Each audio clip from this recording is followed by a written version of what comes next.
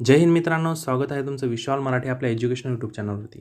मित्रांनो, आजच्या या लेक्चर सिरीजमध्ये आपण बघणार आहोत अर्थशास्त्र, इयत्ता 12वीचे अर्थशास्त्र, जे की एम-पी-एस-सी कंबाईन आणि राज्यसेवा त्यासोबत 12वी कॉमर्ससाठी अतिशय महत्त्वाचे आहे. मित्रांनो, हे जे बुक आहे इयत्ता 12वीचे अर्थशास्त्राचे, ते एम-पी-एस-सी राज्यसेवेसाठी एक बेसिक बुक म्हणून आपण बघू शकतो. त्यासोबत कंबाईनच्या एक्झामला, एम-पी-एस-सी कंबाईनच्या एक्झामला यातून डायरेक्ट प्रश्न आलेले आहेत. बऱ्याच वेळा असं झालेलं आहे की इयत्ता 12वीचं कॉमर्सचं जे अर्थशास्त्राचं पुस्तक आहे, ते ॲज अ बेसिक बुक म्हणून आपण यू-पी-एस-सीला पण वापरू शकतो. आता यामध्ये एक गोष्ट लक्षात घ्या, जिथं की 12वीच्या अर्थशास्त्रामध्ये आपल्याला ज्या गोष्टी शिकायच्यात त्या आहेत सूक्ष्म आणि स्थूल अर्थशास्त्राचा परिचय, उपयोगिता विश्लेषण, मागणीचे विश्लेषण, मागणीची लवचिकता, पुरवठा विश्लेषण, बाजाराचे प्रकार, निर्देशांक, राष्ट्रीय उत्पन्न, भारतातील सार्वजनिक वित्त व्यवहार, भारतातील नाणे बाजार आणि भांडवल बाजार. त्यासोबत आपण शिकणार आहोत भारताचा विदेशी व्यापार. मित्रांनो, हे सगळे टॉपिक अतिशय महत्त्वाचे आहेत कुठल्याही कॉम्पिटिटिव्ह एक्झामसाठी. म्हणजे अगदी तुम्ही राष्ट्रीय उत्पन्न किंवा भारताचा विदेशी व्यापार त्यासोबत निर्देशांक या जर गोष्टी बघितल्या तर तुम्हाला या गोष्टी कंबाईनच्या एक्झाममध्ये डायरेक्ट प्रश्न विचारलेले यावरती दिसतील. तर आजच्या व्हिडिओ लेक्चरमध्ये आपण चालू करणार आहोत अर्थशास्त्राचा पहिला टॉपिक, तो म्हणजे सूक्ष्म आणि स्थूल अर्थशास्त्राचा परिचय. आपण बघू शकतो introduction to micro economics and macro economics. बघा मित्रांनो, ऑलरेडी आपण 11वीच्या वर्गामध्ये या गोष्टी शिकलेलो आहोत की अर्थशास्त्र म्हणजे काय, अर्थशास्त्राचा परिचय आपण ऑलरेडी केलेला आहे. बट त्यामध्ये जे दोन प्रकार पडतात, आधुनिक अर्थशास्त्रामधले हे दोन प्रकार आहेत. पहिला म्हणजे सूक्ष्म अर्थशास्त्र आणि दुसरा म्हणजे स्थूल अर्थशास्त्र. आता ह्या ज्या दोन संज्ञा आहेत, सूक्ष्म म्हणजे लहान किंवा दशलक्षावा भाग, ही संज्ञा मायक्रोस या ग्रीक शब्दापासून आलेली आहे. आणि दुसरी संज्ञा जी की स्थूल म्हणजे मोठा, ही संज्ञा मायक्रोस या ग्रीक शब्दापासून आलेली आहे. या शब्दांचा वापर 1933मध्ये ओस्लो विद्यापीठातील नॉर्वेजियन अर्थशास्त्रज्ञ रॅग्नर फ्रिश यांनी केलेला आहे. रॅग्नर फ्रिश यांच्याबद्दल ऑलरेडी आपण 11th स्टँडर्डमध्ये पण शिकलेलो आहोत. अर्थशास्त्राच्या ह्या दोन मुख्य शाखा म्हणून ओळखल्या जातात, ज्याला सूक्ष्म अर्थशास्त्र आणि स्थूल अर्थशास्त्र म्हणतात. यातील जो फरक आहे हा पण आपण या टॉपिकमध्ये बघणार आहोत. रॅग्नर फ्रिशबद्दल थोडक्यात माहिती आपण बघू शकतो. नॉर्वेचे अर्थतज्ञ म्हणून त्यांची ओळख आहे. 1969 साली अर्थशास्त्रासाठीचा पहिला नोबेल पुरस्कार त्यांना देण्यात आला. त्यासोबत अर्थशास्त्रामध्ये गणितीय प्रारूपे आणि संख्याशास्त्रीय तंत्रे यांचा वापर देखील त्यांनी चांगल्या पद्धतीने केलेला होता. आणि त्यामुळेच रॅग्नर फ्रिश यांना अर्थमितीशास्त्राचे जनक म्हणून ओळखला जातो.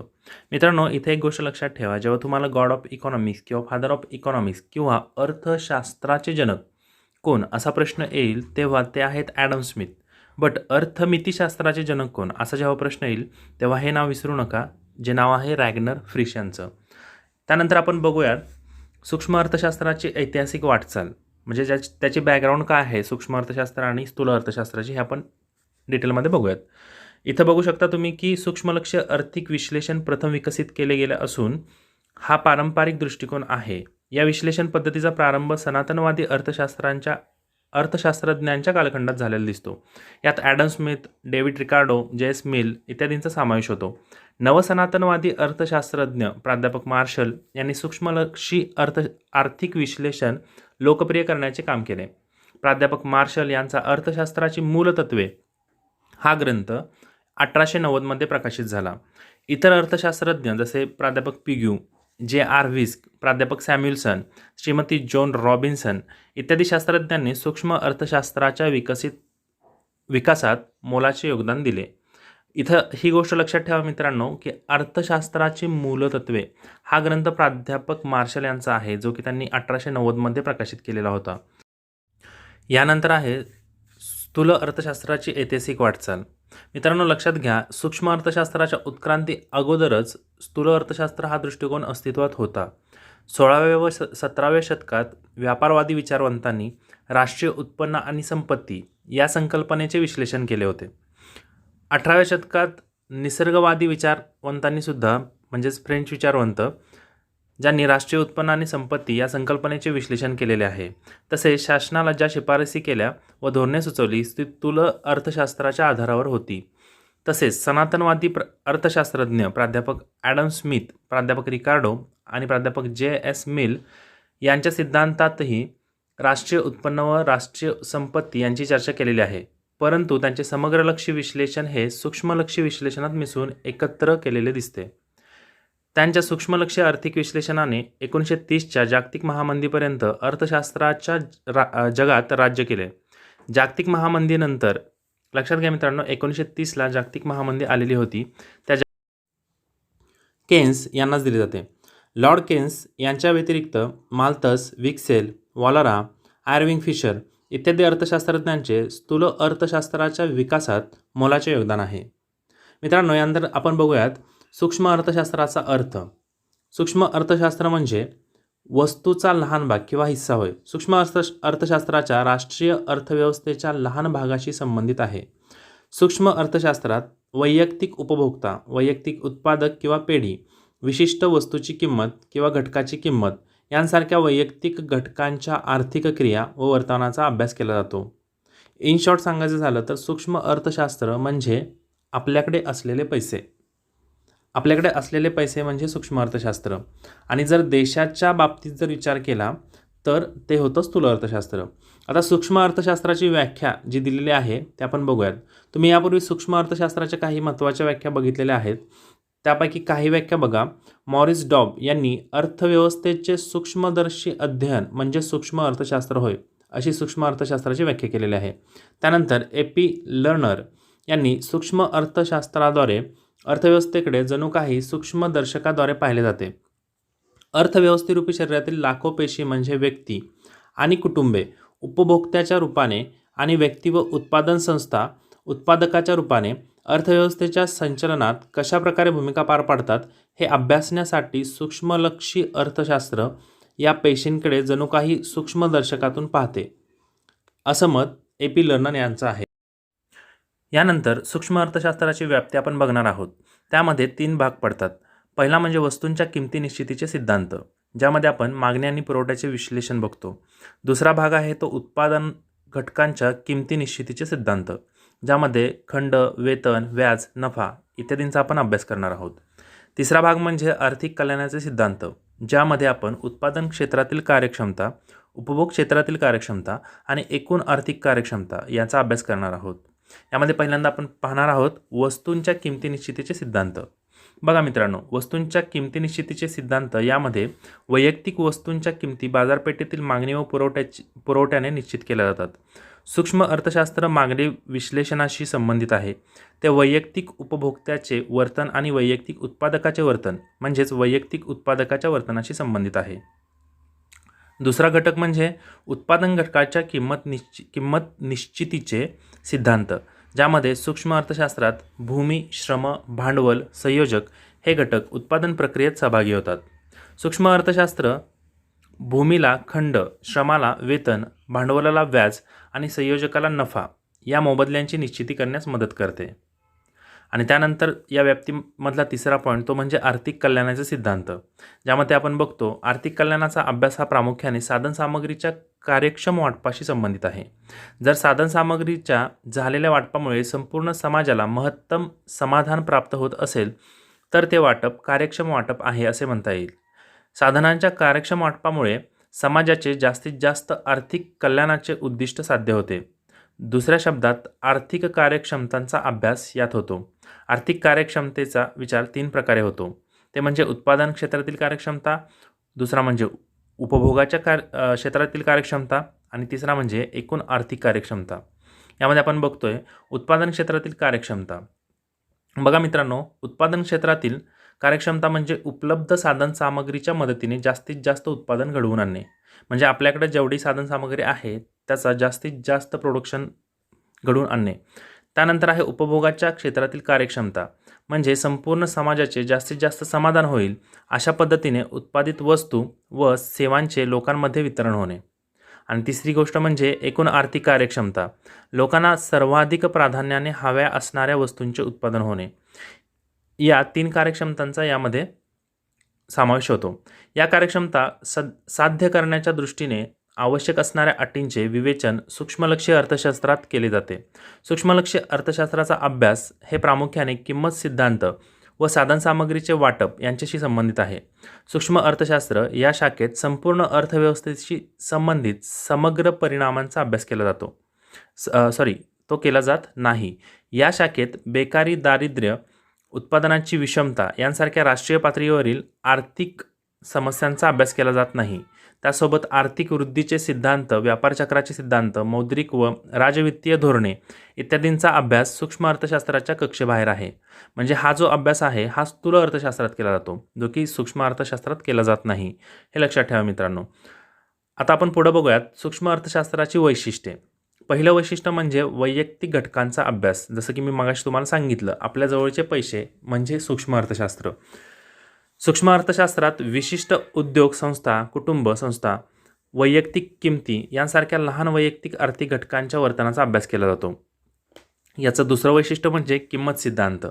सूक्ष्म अर्थशास्त्र वस्तू व सेवांच्या किंमत निश्चितींशी तसेच उत्पादन घटकांच्या किंमत निश्चितींशी संबंधित आहे. म्हणूनच सूक्ष्म अर्थशास्त्राला किंमत सिद्धांत असेही म्हणतात. हे वाक्य अतिशय महत्त्वाचे आहे, हे लक्षात ठेवा मित्रांनो. किंमत सिद्धांत असं सूक्ष्म अर्थशास्त्राला म्हटलं जातं. त्यानंतर आहे आंशिक समतोल. दोन घटकांमधील संतुलन म्हणजे समतोल होय. सूक्ष्मलक्षी अर्थशास्त्रीय विश्लेषण म्हणजे आंशिक समतोलाचे विश्लेषण होय. आंशिक समतोलामध्ये एक उपभोक्ता, एक उत्पादन संस्था, विशिष्ट उद्योग इत्यादी वैयक्तिक आर्थिक घटकांच्या समतोलाचे विश्लेषण केले जाते. आंशिक समतोल विश्लेषण पद्धतीमध्ये वैयक्तिक घटकाला इतर आर्थिक घटकांपासून बाजूला काढून त्या समतोलाचा स्वतंत्रपणे अभ्यास केला जातो. यानंतर चौथं वैशिष्ट्य आहे विशिष्ट गृहतिकांवर आधारित. इतर परिस्थिती कायम या मूलभूत गृहतिकाचाही आधार घेऊन विवेचनाची सुरुवात केली जाते. पूर्ण रोजगार, शुद्ध भांडवलशाही, पूर्ण स्पर्धा, सरकारचे निर्हस्तक्षेपाचे धोरण इत्यादी गृहतकांवर आधारित असते. या गृहतकांमुळे सिद्धांताचे विवेचन सोपे होते. पाचवं वैशिष्ट्य आहे विभाजन पद्धत. हे लक्षात घ्या मित्रांनो. सूक्ष्मलक्षी अर्थशास्त्रात अर्थव्यवस्थेचे लहानात लहान वैयक्तिक घटकांमध्ये विभाजन केले जाते व नंतर प्रत्येक घटकाचा स्वतंत्रपणे तपशीलवार अभ्यास केला जातो. म्हणजे सूक्ष्मलक्षी अर्थशास्त्रात विभाजन पद्धतीचा वापर केला जातो. उदाहरणार्थ राष्ट्रीय उत्पन्नातील वैयक्तिक उत्पन्नाचा अभ्यास, समग्र मागणीमधील वैयक्तिक मागणीचा अभ्यास इत्यादी या सूक्ष्म अर्थशास्त्रामध्ये केला जातो. त्यानंतरचं वैशिष्ट्य आहे सीमांत तत्वाचा वापर. सीमांत संकल्पना ही सूक्ष्म आर्थिक विश्लेषणाचे मुख्य साधन आहे. सीमांत परिमाण म्हणजे एका वाढीव नगामुळे एकूण परिमाणात होणारा बदल. सीमांत तत्वाचा वापर सूक्ष्म बदलांचा परिणाम उत्पादक व उपभोक्त्याचे आर्थिक निर्णय घेताना केला जातो. सीमांत तत्वाचा वापर हा कधी केला जातो हे लक्षात ठेवा. त्यानंतर आहे बाजार रचनेचे विश्लेषण. सूक्ष्म अर्थशास्त्र पूर्ण स्पर्धा, मक्तेदारीयुक्त स्पर्धा, मक्तेदारी, अल्पाधिकार बाजार या विविध बाजार रचनांचे विश्लेषण करते. आणि त्यानंतर शेवटचं वैशिष्ट्य म्हणजे मर्यादित व्याप्ती. बघा, सूक्ष्म अर्थशास्त्र हे सूक्ष्म असल्यामुळं त्याची व्याप्ती तेवढी नाही आहे. जसं की सूक्ष्म अर्थशास्त्राची व्याप्ती तेजी मंदी, व्यवहार तोल, राष्ट्रीय उत्पन्न, दारिद्र्य, बेरोजगारी, लोकसंख्या, आर्थिक वृद्धी यांसारख्या राष्ट्रव्यापी आर्थिक समस्यांशी संबंधित नसून फक्त वैयक्तिक घटकांपुरतीच मर्यादित आहे. म्हणजे जे मी तुम्हाला सुरुवातीला सांगितलेलं की फक्त वैयक्तिक घटकांपुरती मर्यादित असणारी संकल्पना म्हणजे सूक्ष्म अर्थशास्त्र आहे. यानंतर आपण बघूयात सूक्ष्म अर्थशास्त्राचे महत्त्व. हे पॉईंट व्यवस्थित लक्षात ठेवा कारण हे महत्त्वाचे आहेत प्रत्येक एक्झामसाठी. पहिला महत्त्वाची गोष्ट सूक्ष्म अर्थशास्त्राबद्दलची आहे ती म्हणजे किंमत निर्धारण. विविध वस्तूंच्या किमती तसेच विविध उत्पादन घटकांच्या किमती यांचे स्पष्टीकरण करण्यास सूक्ष्म अर्थशास्त्र मदत करते. दुसरं महत्त्वाची गोष्ट आहे ती म्हणजे मुक्त बाजार व्यवस्था किंवा मुक्त बाजार अर्थव्यवस्था. सूक्ष्म अर्थशास्त्र मुक्त बाजार अर्थव्यवस्थेची कार्यपद्धती समजण्यास मदत करते. मुक्त बाजारपेठ ही अशी अर्थव्यवस्था आहे की ज्यात वस्तूच्या उत्पादनाबाबत कोणते उत्पादन करावे, कसे उत्पादन करावे, किती उत्पादन करावे, त्यासोबत यांसारखे आर्थिक निर्णय खाजगी पातळीवर घेतले जातात. त्यात शासन किंवा इतर कोणत्या यंत्रणेचा हस्तक्षेप नसतो. त्यानंतर महत्त्वाची गोष्ट तिसरी म्हणजे विदेशी व्यापार. विदेशी व्यापारामध्ये सूक्ष्म अर्थशास्त्र कसं काम करते हे लक्षात घ्या. सूक्ष्म अर्थशास्त्र हे जकात शुल्काचे विशिष्ट वस्तूंवरील परिणाम कोणत्याही दोन देशांच्या चलन विनिमय दराची निश्चिती तसेच आंतरराष्ट्रीय व्यापारातील फायदे यांसारख्या विदेशी व्यापारातील विविध पैलूंचे स्पष्टीकरण करण्यास मदत करते. यानंतर आहे आर्थिक प्रारूपांची निर्मिती. सूक्ष्म अर्थशास्त्र सुलभ प्रारूपाद्वारे विविध गुंतागुंतीच्या आर्थिक परिस्थितीचे आकलन करण्यास सहाय्य करते. विविध संज्ञा, संकल्पना, परिभाषा, नवीन आर्थिक विश्लेषणाची साधने यांसारखे महत्त्वपूर्ण योगदान सूक्ष्म अर्थशास्त्राद्वारे दिले जाते. यानंतरचा आहे व्यावसायिक निर्णय. आता व्यावसायिक निर्णयामध्ये सूक्ष्म अर्थशास्त्राचं महत्त्व कसं आहे, तर व्यावसायिकांना महत्त्वपूर्ण व्यावसायिक निर्णय घेण्यास सूक्ष्म आर्थिक सिद्धांत मदत करतात. या निर्णयामध्ये उत्पादन खर्चाची निश्चिती, वस्तूंची किंमत निश्चिती, महत्तम उत्पादन आणि नफा इत्यादींचा समावेश होतो. यानंतर आहे शासनास उपयुक्त. सूक्ष्म अर्थशास्त्र शासनास कसं उपयुक्त आहे, तर सरकारी कर धोरण, सार्वजनिक खर्च धोरण, त्यासोबत किंमत धोरण यांसारख्या आर्थिक धोरणांची आखणी करण्यासाठी सूक्ष्म अर्थशास्त्र उपयुक्त ठरते. त्यासोबत ही आर्थिक धोरणे संसाधनांचे कार्यक्षम वितरण करण्यासाठी आणि सामाजिक आर्थिक कल्याणाच्या प्रचारासाठी शासनास मदत करतात. त्यासोबत कल्याणकारी अर्थशास्त्राचा आधार हा कधी घेतला जातो, तर सूक्ष्म अर्थशास्त्र उपलब्ध संसाधनांचा किंवा साधनांचा पर्याप्त वापर करून समाजाचे महत्तम कल्याण कसे साधता येईल याचा अभ्यास करते. तसेच सामाजिक कल्याणावर करांचा कसा परिणाम होतो याबाबत अभ्यास करते. त्यामुळं हे जे सूक्ष्म अर्थशास्त्र आहे हे अतिशय महत्त्वाचं आहे. बट हे सूक्ष्म असल्यामुळं इथं बारीक गोष्टींचा किंवा बारीक आर्थिक व्यवस्थांचा अभ्यास केला जातो. यानंतर आहे स्थूल अर्थशास्त्राचा अर्थ किंवा स्थूल अर्थशास्त्र म्हणजे काय हे आपण समजून घेऊयात. बघा मित्रांनो, स्थूल अर्थशास्त्र संपूर्ण अर्थव्यवस्थेचे विश्लेषण करणारी अर्थशास्त्राची एक शाखा आहे. उदाहरणार्थ, एकूण रोजगार, राष्ट्रीय उत्पन्न, राष्ट्रीय उत्पादन, एकूण गुंतवणूक, एकूण उपभोग, एकूण बचत, सर्वसाधारण किंमत, व्याजदर पातळी, व्यापार चक्रातील चढउतार, व्यवसायातील चढउतार इत्यादी स्थूल अर्थशास्त्र या विषयामध्ये या घटकांचा तिथं अभ्यास केला जातो. बघा, स्थूल अर्थशास्त्राच्या व्याख्या जे की प्राध्यापक J.L. हॅन्सन यांनी केलेली आहे. ही व्याख्या बघा, स्थूल अर्थशास्त्र ही अर्थशास्त्राची अशी शाखा आहे ज्यात एकूण रोजगार, एकूण बचत, एकूण गुंतवणूक, राष्ट्रीय उत्पन्न यांसारख्या मोठ्या समुच्चयांचा व त्यांच्यातील परस्पर संबंधांचा विचार करण्यात येतो. बघा, पूर्ण देशपातळीवरती ज्या गोष्टींचा विचार केला जातो आर्थिक बाबतीत त्या ह्या गोष्टी आहेत ज्या की प्राध्यापक L. हॅन्सन यांनी सांगितलेल्या आहेत. त्यानंतर दुसरी व्याख्या आहे प्राध्यापक कार्ल शापिरो यांची. त्यांच्या मते स्थूल अर्थशास्त्र अर्थव्यवस्थेचा संपूर्ण कार्यपद्धतीशी संबंधित आहे. सिंपल अँड स्वीट डेफिनेशन त्यांनी केलेले आहे, जिथं की पूर्ण देशासंबंधित किंवा संपूर्ण कार्यपद्धतीशी संबंधित असलेलं अर्थशास्त्र म्हणजे स्थूल अर्थशास्त्र. स्थूल अर्थशास्त्राची व्याप्ती, जशी मागाशी आपण सूक्ष्म अर्थशास्त्राची व्याप्ती बघितली, तसं स्थूल अर्थशास्त्रामध्ये कोणते घटक येतात बघा. पहिला घटक आहे उत्पन्न व रोजगार सिद्धांत. त्यामध्ये उपभोग फलनाचा सिद्धांत, गुंतवणूक सिद्धांत आणि ह्या दोन्हींचं कॉम्बिनेशन म्हणजे व्यापार चक्राचे सिद्धांत हे आपण अभ्यासायचे. त्यानंतर आहे सर्वसाधारण किंमत सिद्धांत व भाववाढ. त्यासोबत आहे आर्थिक वृद्धी व विकासाचे सिद्धांत. आणि चौथा महत्त्वाचा सिद्धांत म्हणजे विभाजनाचा समग्रलक्षी सिद्धांत. यामध्ये आपण बघूया स्थूल अर्थशास्त्राच्या व्याप्तीमध्ये पहिला पॉईंट असणारा उत्पन्न व रोजगार सिद्धांत. बघा, उत्पन्न आणि रोजगार ह्या दोन शब्दांमधूनच आपल्याला थोडीशी आयडिया येते की स्थूल अर्थशास्त्र राष्ट्रीय उत्पन्न आणि रोजगार पातळी यांच्या निश्चितीचे विश्लेषण करते. तसेच उत्पन्न, उत्पादन, बेरोजगार पातळीतील बदल किंवा चढउतार यांची कारणे स्पष्ट करते. रोजगार पातळी कशी निश्चित केली जाते हे समजून घेण्यासाठी उपभोग फलन आणि गुंतवणूक फलन यांचा अभ्यास करावा लागतो. व्यवसायातील बदलाचे सिद्धांत हा उत्पन्न व रोजगार सिद्धांताचा एक भाग आहे.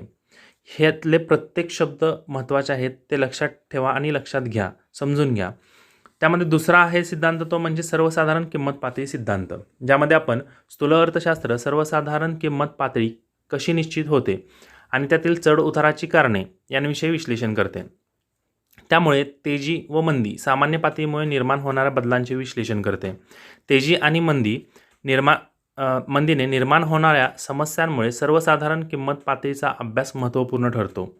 आणि याचमुळे बघा, तेजी आणि मंदीमध्ये स्थूल अर्थशास्त्र किंवा स्थूल अर्थशास्त्राचा अभ्यास जो आहे तो तेजी आणि मंदी हे डिसाईड करण्यासाठी केला जातो. त्यानंतर आहे तिसरा सिद्धांत, तो म्हणजे आर्थिक वृद्धी आणि विकासाचे सिद्धांत. स्थूल अर्थशास्त्रात विकसित आणि विकसनशील देशातील आर्थिक वृद्धी व विकासाशी संबंधित सिद्धांतांचा समावेश होतो. आता लक्षात घ्या, विकसित आणि विकसनशील हे दोन वेगवेगळे शब्द आहेत. बेसिकली सांगायचं झालं तर विकसित देश किंवा विकसनशील देश यामध्ये जर कम्पेअर केलं तर अमेरिका हा विकसित देश आहे आणि भारत हा विकसनशील म्हणजे विकास करत असलेला देश आहे, त्यामुळे त्याला विकसनशील असं म्हटलं जातं. यामध्ये बघा की त्यात अल्प विकास आणि दारिद्र्य यांची कारणे व कार्यपद्धतीचे स्पष्टीकरण केले जाते. तसेच आर्थिक वृद्धी व विकासाचा वेग वाढवण्याची व्यूहरचना सुचवली जाते. यानंतर आपण पुढचा सिद्धांत बघतोय, विभाजनाचा समग्रलक्षी सिद्धांत. यामध्ये ज्या गोष्टी असतील त्या देशपातळीवरती असतील. म्हणजे बघा, स्थूल अर्थशास्त्रीय सिद्धांतामध्ये एकूण राष्ट्रीय उत्पन्नातील खंड, वेतन, व्याज, नफा हे चारही शब्द लक्षात ठेवा. खंड, वेतन, व्याज, नफा यांच्याशी संबंधित सापेक्ष भागाशी निगडीत आहे, ते म्हणजे विभाजनाचा समग्रलक्षी सिद्धांत. आता यानंतर आपण बघूयात स्थूल अर्थशास्त्राची वैशिष्ट्ये. आता बघा, स्थूल अर्थशास्त्राच्या वैशिष्ट्यांमधलं पहिलं वैशिष्ट्य आहे ते म्हणजे समग्र घटकांचा अभ्यास. समग्र म्हणजे संपूर्ण. आता त्यामध्ये संपूर्ण म्हणाल तर पूर्ण देश पातळीवरती असलेलं, म्हणजे जसं की राष्ट्रीय उत्पन्न, राष्ट्रीय उत्पादन, राष्ट्रीय रोजगार, सर्वसाधारण किंमत पातळी, व्यापार चक्र इत्यादींचा त्यामध्ये समावेश होतो. त्यानंतर आहे उत्पन्न सिद्धांत. उत्पन्न सिद्धांतामध्ये बघा, स्थूल अर्थशास्त्र राष्ट्रीय उत्पन्नाची संकल्पना तसेच विविध घटक, मापन पद्धती आणि सामाजिक लेखांकनाचा अभ्यास करते. ते एकूण मागणी व एकूण पुरवठ्याशी संबंधित आहे. तसेच राष्ट्रीय उत्पन्नातील चढ उतार, व्यापार चक्रातील तेजी मंदी यांच्या कारणांचे व बदलांचे स्पष्टीकरण करते. उत्पन्न सिद्धांतामध्ये जे काही उत्पन्न असेल किंवा सामाजिक लेखांकन असेल ते देशपातळीवर किंवा राष्ट्रीय पातळीवरती असलेलं असेल. त्यानंतर आहे सर्वसाधारण समतोलाचे विश्लेषण. सर्वसाधारण समतोलाचे विश्लेषण करताना बघा, स्थूल अर्थशास्त्र एकूण घटकांच्या वर्तनाशी व त्यांच्या कार्यपद्धतीशी संबंधित आहे. सर्वसाधारण समतोल संपूर्ण अर्थव्यवस्थेतील मागणी, पुरवठा व किंमत यांच्या वर्तनाशी निगडीत आहे. सर्वसाधारण समतोल हे लक्षात घ्या, कशाशी निगडीत आहे? मागणी, पुरवठा, किंमत ह्या अर्थव्यवस्थेतील काही महत्त्वाचे घटक आहेत, यांच्याशी सर्वसाधारण समतोल निगडीत आहे. त्यानंतर बघा, परस्परावलंबन म्हणजे एकमेकांवरती अवलंबून असणे, जसं की उत्पन्न, उत्पादन, रोजगार, गुंतवणूक, किंमत पातळी यांसारख्या आर्थिक चलांचे परस्परावलंबन आहे, म्हणजे एकमेकांवरती त्या गोष्टी डिपेंड राहतात. त्यानंतर दुसरं उदाहरण बघितलं तर गुंतवणूक पातळीत होणाऱ्या बदलांचा अंतिम परिणाम उत्पन्न, एकूण उत्पादन, रोजगार व अखेरीस आर्थिक वृद्धीच्या पातळीवर होतो. त्यामुळे स्थूल अर्थशास्त्रातील हे महत्त्वाचे घटक आहेत. त्यानंतर बघा, राशी पद्धती किंवा राशी पद्धत. राशी पद्धतीत एका घटकाचा अभ्यास नसून संपूर्ण अर्थव्यवस्थेचा अभ्यास केला जातो. प्राध्यापक बोल्डिंग यांच्या मते जंगल म्हणजे संपूर्ण झाडांचा समुच्चय. बघा, प्राध्यापक बोल्डिंग काय म्हणतात? जंगल म्हणजे संपूर्ण झाडांचा समुच्चय असतो, परंतु त्यात एक विशिष्ट झाडाची गुणवैशिष्ट्ये दिसून येत नाहीत. त्यातून सूक्ष्म अर्थशास्त्र व स्थूल अर्थशास्त्र यांमधील फरक दर्शविला जातो. त्यानंतर आहे वृद्धीची प्रारूपे. स्थूल अर्थशास्त्रात आर्थिक वृद्धी व आर्थिक विकासातील विविध घटकांचा सहभाग अभ्यासला जातो. स्थूल अर्थशास्त्र वृद्धीची प्रारूपे विकसित करण्यासाठी उपयुक्त ठरते. आर्थिक विकासाच्या अभ्यासासाठी ही प्रारूपे उपयोगी ठरतात. विकासाच्या वृद्धी अभ्यासासाठी उदाहरणार्थ मूलभूत व अवजड उद्योगांवर भर देणारे महालनोबिस वृद्धी प्रारूप. बघा, महालनोबिस वृद्धी प्रारूप. महालनोबिस हे अतिशय महत्त्वाचे व्यक्ती होते, ज्यांनी देशाच्या अर्थव्यवस्थेमध्ये अतिशय महत्त्वाचा मोलाचा वाटा उचललेला आहे आणि त्यांच्यामुळंच ॲक्च्युली ही अर्थव्यवस्थेची जी स्वातंत्र्यानंतरची जी अर्थव्यवस्था उभी राहिली त्यामध्ये एक सिंहाचा वाटा आपण म्हणू शकतो महालनोबिस यांचा आहे. तर त्यांच्या मते बघा, मूलभूत व अवजड उद्योगांवर त्यांनी जे एक प्रमाण दिलेलं होतं त्याला आपण महालनोबिस वृद्धी प्रारूप असं म्हणतो. यानंतर बघा, सद्यस्थितीत उत्पादित केलेल्या सर्व वस्तू व सेवांच्या किमतींची सरासरी होय. त्यानंतर आहे धोरणाभिमुखता. म्हणजे लॉर्ड केन्स यांच्या मते स्थूल अर्थशास्त्र हे आर्थिक समस्या सोडवणाऱ्या धोरणांची चर्चा करणारे शास्त्र आहे. उदाहरणार्थ भाववाढ नियंत्रण असेल, रोजगार निर्मिती, अर्थव्यवस्थेतील मंदीतून बाहेर काढणे इत्यादी गोष्टी या स्थूल अर्थशास्त्राद्वारे केल्या जातात. स्थूल अर्थशास्त्राचे महत्त्व आपण लक्षात घेऊयात. अर्थव्यवस्थेची कार्यपद्धती. स्थूल आर्थिक विश्लेषण आपल्याला आर्थिक व्यवस्थेच्या कार्यपद्धतीची कल्पना देते. हे विश्लेषण व्यापक आणि गुंतागुंतीच्या अर्थव्यवस्थेतील एकूण आर्थिक चलांचे वर्तन समजून घेण्यास सहाय्य करते. बघा, स्थूल अर्थशास्त्र हे अर्थव्यवस्थेची कार्यपद्धती समजून घेण्यासाठी अतिशय महत्त्वाचं आहे. त्यानंतर आर्थिक चढउतार. आर्थिक चढउतारामध्ये कसं महत्त्व आहे, तर उत्पन्नातील चढउतार, उत्पादन आणि रोजगारातील चढउतारांची कारणे तसेच त्यांचे नियंत्रण आणि त्यांची तीव्रता कमी करण्यासाठी स्थूल अर्थशास्त्राचे विश्लेषण मदत करते. त्यानंतर राष्ट्रीय उत्पन्नामध्येही स्थूल अर्थशास्त्राचे महत्त्व आहे. ते म्हणजे स्थूल अर्थशास्त्राच्या अभ्यासामुळे राष्ट्रीय उत्पन्न आणि सामाजिक लेखा यांचे अनन्यसाधारण महत्त्व समोर आले आहे. राष्ट्रीय उत्पन्नाच्या अभ्यासाशिवाय नवीन आर्थिक धोरणांची मांडणी करता येत नाही. जर एखादं नवीन आर्थिक धोरण मांडायचं असेल तर स्थूल अर्थशास्त्राची मदत अतिशय आवश्यक आहे. राष्ट्रीय उत्पन्न जेव्हा आपण डिसाईड करतो किंवा राष्ट्रीय उत्पन्नाचे सामाजिक लेखा यांचे अनन्यसाधारण महत्त्व या स्थूल अर्थशास्त्रामुळे पुढे आलेले आहे. आपण त्यानंतर बघूयात आर्थिक विकास. आर्थिक विकासामध्ये कसं महत्त्व आहे, तर स्थूल अर्थशास्त्रातील प्रगत अध्ययनामुळे विकसनशील देशातील दारिद्र्य, उत्पन्न व संपत्तीतील विषमता, लोकांच्या राहणीमानातील फरक असेल इत्यादी समस्या समजण्यामध्ये स्थूल अर्थशास्त्राचा अतिशय महत्त्वाचा वाटा आहे. त्यानंतर बघूयात आपण अर्थव्यवस्थेची कामगिरी. संपूर्ण अर्थव्यवस्थेच्या कामगिरीचे विश्लेषण करण्यासाठी स्थूल अर्थशास्त्र मदत करते. राष्ट्रीय उत्पन्नाच्या आकडेवारीचा उपयोग दीर्घकाळ अर्थव्यवस्थेच्या कामगिरीचे मापन करण्यासाठी केला जातो. एका कालावधीतील उत्पादित वस्तू व सेवांची तुलना दुसऱ्या कालावधीतील उत्पादित वस्तू व सेवांशी केला जातो. आता यामध्ये बघा, स्थूल अर्थशास्त्र हे अर्थव्यवस्थेची कामगिरी समजून घेण्यासाठी हे अतिशय महत्त्वाचे ठरते. त्यानंतर आहे स्थूल आर्थिक चलांचा अभ्यास. आता स्थूल आर्थिक चलांचा अभ्यास करण्यासाठी कसं महत्त्वाचं आहे, तर अर्थव्यवस्थेचे कार्य समजून घेण्यासाठी स्थूल आर्थिक चलांचा अभ्यास करणे महत्त्वाचे असते आणि आपल्या अर्थव्यवस्थेतील मुख्य आर्थिक समस्या या एकूण उत्पन्न, उत्पादन, रोजगार आणि सामान्य किमती किंवा किंमत पातळी यांच्यासारख्या आर्थिक चलांशी संबंधित आहे. त्यामुळे स्थूल अर्थशास्त्र हे अतिशय महत्त्वाचं आहे. त्यानंतर आहे सामान्य रोजगार पातळी समजून घेण्यासाठी पण स्थूल अर्थशास्त्राची मदत घेतली जाते. मित्रांनो, त्यानंतर खाली बघा, इथं एक चार्ट दिलेला आहे. हा चार्ट अतिशय महत्त्वाचा आहे कोणत्याही कॉम्पिटिटिव्ह एक्झामसाठी. कंबाईनमध्ये तर यातून डायरेक्ट क्वेश्चन आलेले आहेत, म्हणजे MPSCच्या एक्झाममध्ये पण आणि 12वी आर्ट्स किंवा कॉमर्सच्या एक्झामसाठी पण हे अतिशय महत्त्वाचं आहे. हा चार्ट म्हणजे इन शॉर्ट या पूर्ण टॉपिकची समरी आहे असं आपण म्हणू शकतो. बघा, तुलनेसाठी आधार त्यांनी दिलेला आहे तो अर्थ. आता सूक्ष्म अर्थशास्त्र आणि स्थूल अर्थशास्त्र असे 2 कॉलम आहेत. इन शॉर्ट हे एक प्रकारचं तुलना आहे. तर ही तुलना बघा, याचा अर्थ बघा, सूक्ष्म अर्थशास्त्र हे अर्थव्यवस्थेतील वैयक्तिक घटकांच्या वर्तनाचा अभ्यास करते, हे आपण मगाशीच बघितलं. आणि स्थूल अर्थशास्त्र हे संपूर्ण अर्थव्यवस्थेतील एकूण घटकांचा किंवा वर्तनाचा अभ्यास करते. यानंतर आहे साधने. साधने काय आहेत, तर वैयक्तिक मागणी आणि वैयक्तिक पुरवठा. जिथं वैयक्तिक हा शब्द आला तिथं आहे ते सूक्ष्म अर्थशास्त्र, हे लक्षात ठेवा. आणि जिथं समग्र हा शब्द आला तिथं असणार आहे ते स्थूल अर्थशास्त्र. त्यानंतर आहे व्याप्ती. व्याप्तीमध्ये आपण बघितलेलं वैयक्तिक मागणी आणि पुरवठा, उत्पादन किमती, उत्पादन घटकांच्या किमती, उत्पादन उपभोग, आर्थिक कल्याण इत्यादी गोष्टी ज्याच्या अंडर येतात ते म्हणजे सूक्ष्म अर्थशास्त्र. आणि राष्ट्रीय लेवलच्या ज्या गोष्टी आपण बघतो त्यामध्ये सामान्य किंमत असेल, सामान्य किंमत पातळी असेल, रोजगार, पैसा इत्यादी ज्या गोष्टी आहेत ह्या सगळ्या येतात स्थूल अर्थशास्त्रामध्ये याचा समावेश होतो. त्यानंतर आहे महत्त्व. महत्त्वामध्ये बघा, किंमत निर्धारण, प्रारूपांची निर्मिती, व्यावसायिक निर्णय इत्यादी गोष्टी सूक्ष्म अर्थशास्त्राच्या खालोखाल येतात. आणि त्यामध्ये जर आपण स्थूल अर्थशास्त्राचा अभ्यास केला तर आर्थिक चढउतार, राष्ट्रीय उत्पन्नाचे अध्ययन, आर्थिक विकास इत्यादी गोष्टी कशाच्या अंडर येतात, तर स्थूल अर्थशास्त्राच्या. आता हा सिद्धांत हा महत्त्वाचा पॉईंट आहे, कारण किंमत सिद्धांत म्हणजे सूक्ष्म अर्थशास्त्र असा प्रश्न बऱ्याच वेळा MPSCने विचारलेला आहे. आणि दुसरीकडे जर आपण बघितलं तर उत्पादन आणि रोजगार सिद्धांत हे 2 सिद्धांत कशाच्या खालोखाल येतात, तर ते येतात स्थूल अर्थशास्त्राच्या. त्यानंतर उदाहरण बघा, वैयक्तिक उत्पादन, वैयक्तिक उत्पन्न ह्या 2 गोष्टी येतात त्या सूक्ष्म अर्थशास्त्राच्या अंडर. आणि स्थूल अर्थशास्त्राच्या अंडर येतात राष्ट्रीय उत्पन्न आणि राष्ट्रीय उत्पादन ह्या 2 गोष्टी. मित्रांनो, हा टॉपिक अतिशय महत्त्वाचा आहे. बेसिक टॉपिक आहे हा. 12वी कॉमर्स, आर्ट्स आणि त्यासोबत आपण MPSC राज्यसेवा आणि लोकसेवा म्हणजे कंबाईनची जी परीक्षा असते त्यासाठी हा अतिशय महत्त्वाचा टॉपिक आपण म्हणू शकतो. त्यासोबत एक आपण इथं याचे MCQ पण आहेत, हे पण तुम्ही रेफर करा.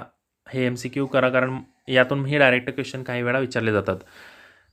त्यासोबत अजून एक महत्त्वाची सूचना आहे ती म्हणजे द पॅट्रिऑट्स अकॅडमी कराड या ठिकाणी आपल्या UPSC NDAसाठीच्या नवीन बॅचेस चालू होत आहेत. इयत्ता 11वी आणि 12वीमध्ये सायन्स स्ट्रीममधून शिकणाऱ्या विद्यार्थिनींसाठी NDAची एक्झाम असते आणि त्या एक्झामसाठी आपण कराडमध्ये बॅचेस कंडक्ट करत आहोत. रिसेंटली आलेल्या सुप्रीम कोर्टाच्या निर्णयानुसार आता मुलीही NDAची एक्झाम देऊ शकतात. NDA म्हणजे काय त्याची सविस्तर माहिती असलेला व्हिडिओ आपल्या यूट्यूब चॅनलवरती ऑलरेडी उपलब्ध आहे. तोही तुम्ही बघू शकता. जर चॅनलला सबस्क्राईब केलं नसेल तर सबस्क्राईब करा, लाईक करा आणि शेअर करा. त्याचनुसार जर तुम्ही NDAमध्ये इंटरेस्टेड असाल तर दिलेल्या नंबरवरती कॉल और व्हॉट्सअप करा. जय हिंद, जय महाराष्ट्र.